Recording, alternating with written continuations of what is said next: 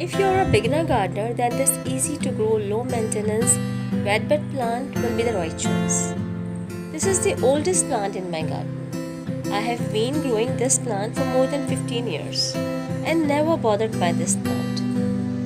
In today's video, we will talk about its common names and why this plant is called by these names, how to care for this plant, how to propagate this plant, and how and when to repot redbud plant. If you want to grow your plant in the right way, then you are at the right place, because here you can find the answers of all your how-tos just by clicking the red subscribe button and hit the bell icon. Please subscribe to my channel for enjoying happy gardening with me.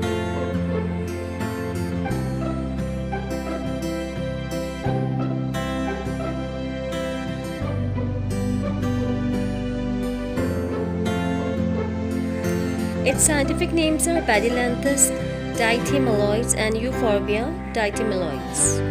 It produces small slipper-shaped flowers in spring, where the Latin name Pedilanthus comes from. Commonly it is called as redbird cactus flower or redbud flower because during spring it gives red colored flowers that resemble to small birds. You won't find any flower on the plant because there is late summer here, and this plant gives flower from late winter till spring. Another name is Jacob's ladder because its fleshy leaves arrange opposite in pairs, and it resembles a ladder. That's why it is called Jacob's ladder. It is also called zigzag plant because if you observe, this shrub has zigzagging fleshy stems with thick waxy green symmetrical leaves. Therefore, it is called zigzag plant. Very commonly it is known by the name devil's backbone because of its zigzag stems that resemble a spinal column. That's why it is called devil's backbone. Another names are fiddle flower, redbud cactus flower, Christmas candle, red slipper spurge plant, Japanese poinsettia, and so many other names. The redbud flower is a shrub and it is a succulent and produces white colored sap from its stem, which is toxic. It may eventually reach up to 3 to 4 feet in height. When the plant is still maturing, its leaves may not grow very thick. As the plant matures, it can become quite bushy. It's not a fast-growing plant.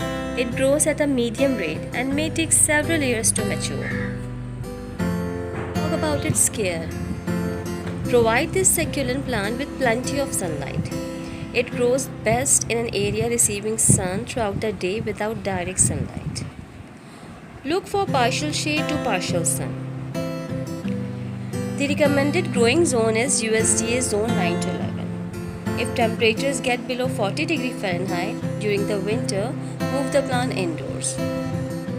It's a tropical plant needing a combination of sunlight and moisture. It can thrive indoors at room temperature if it's in a humid area.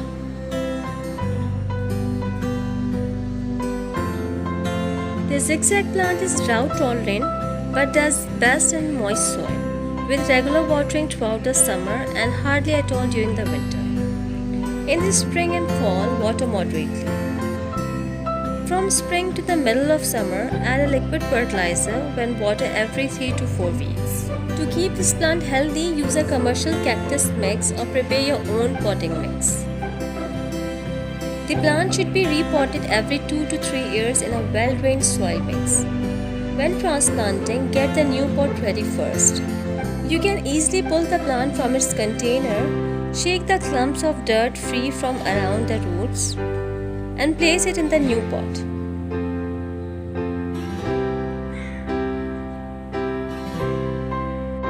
For a bushy plant, pinch out the tips of the plant occasionally. Pinching the tips help encourage thicker growth.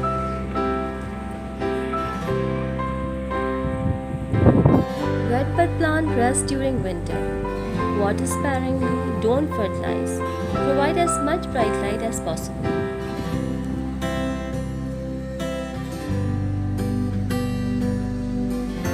Begin to water more and starting feeding every 3 to 4 weeks. Keep plants in plenty of bright lighting, even some direct sun. Watch out for more intense sunlight in spring, which can scorch leaves.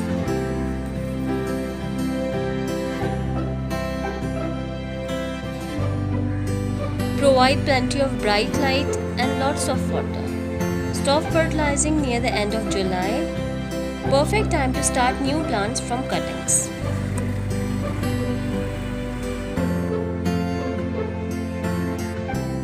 Slow down on watering as Jacob's ladder prepares for its winter rest.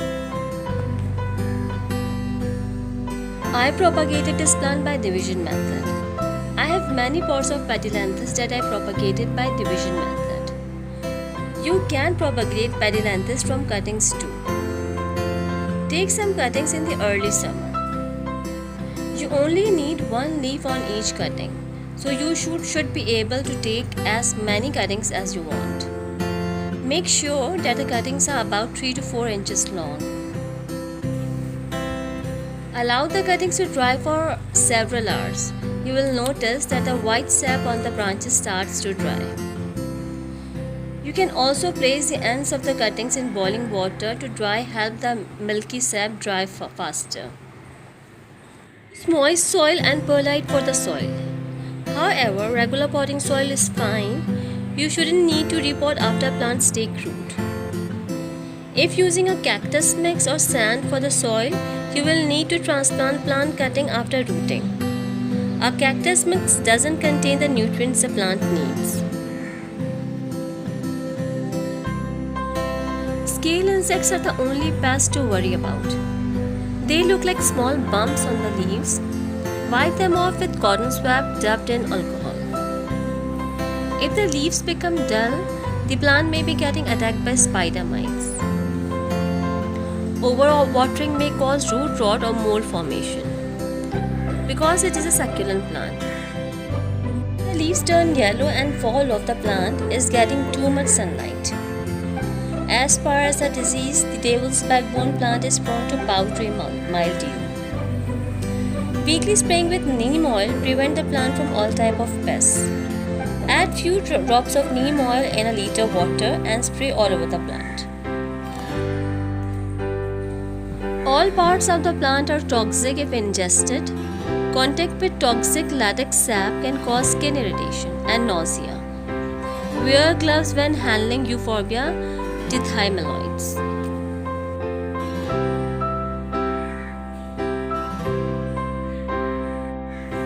I think I have given you enough information. If you still have any query, please feel free to ask me.